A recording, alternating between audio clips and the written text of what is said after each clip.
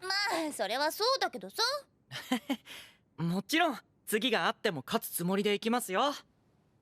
ベルメイさんとなら僕誰にも負ける気がしませんし。そうかい？はい。 So this week we got treated to another fire episode of Vermeil and Gold, and I love how like the overarching theme that's currently happening right now is Vermeil is legit falling in love with Alto.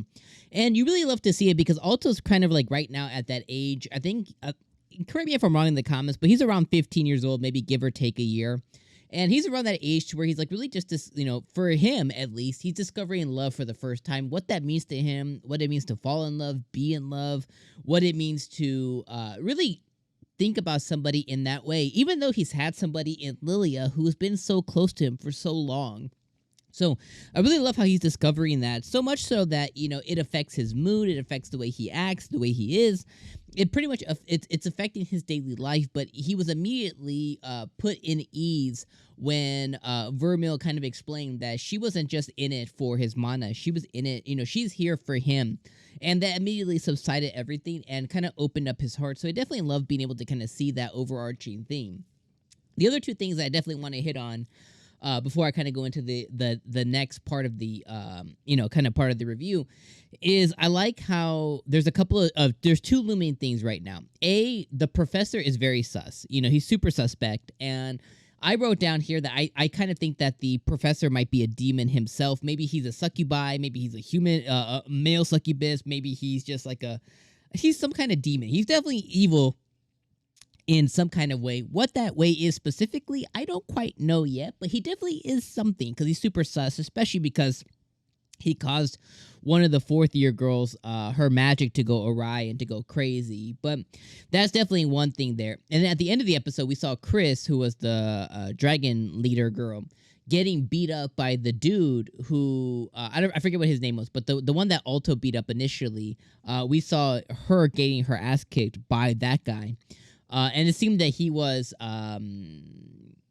not sedated, but he was under the influence of some kind of magical something. So that's definitely another thing that happened there. So those are the two main things.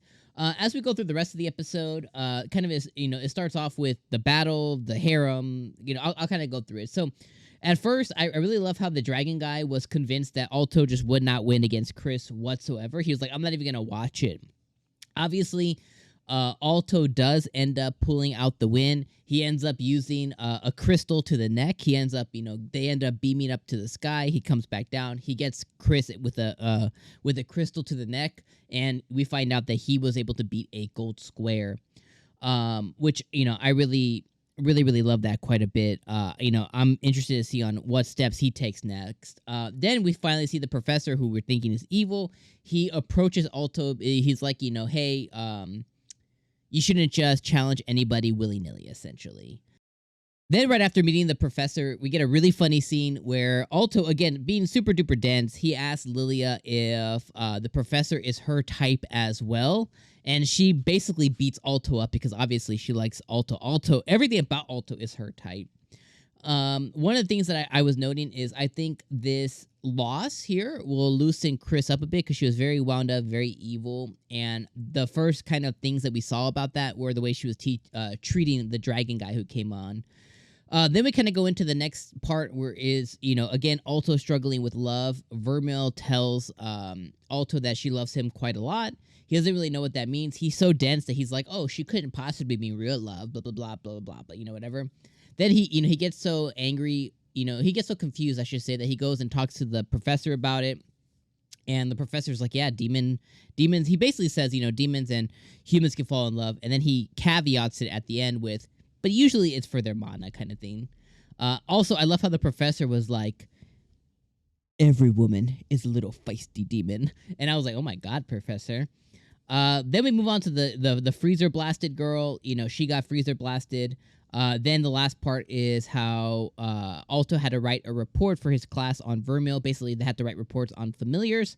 He's able to do that, and not without Lilia going nuts that he has to really get in the weeds with Vermeil. And she uses her magic potion again, gets all naked, and goes and uses her copy of the key that she created for Alto, or for Alto's room, and she sneaks in his room, and he ding-dongs her little ping-pongs, if you guys know what I mean.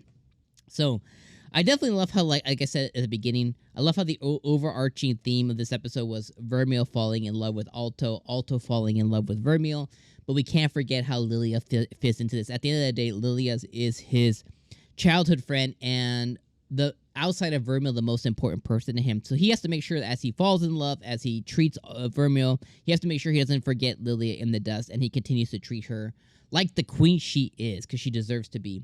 And I'm interested in seeing is this going to take like a harem route, and Chris and Lilia and Vermeil are all going to be part of this, or is it going to take like a different route to where it's just about Alto and Vermeil falling in love? Regardless, I'm falling in love with both Vermeil and Alto, and I love the theme, and I love the way that this anime handles everything, and it's just been it absorbs you in, and I love how there is a overarching plot to really reel you in, and it's not just this ecchi anime, there is this really cool plot, and a lot of subplot as well associated with it. So another fire-ass episode. Definitely appreciate you guys being here. I'm going to see you guys next week on next Tuesday for more Vermeil Tuesdays. And you guys stay demon. You foxy little demons, you. All right, peace out, guys.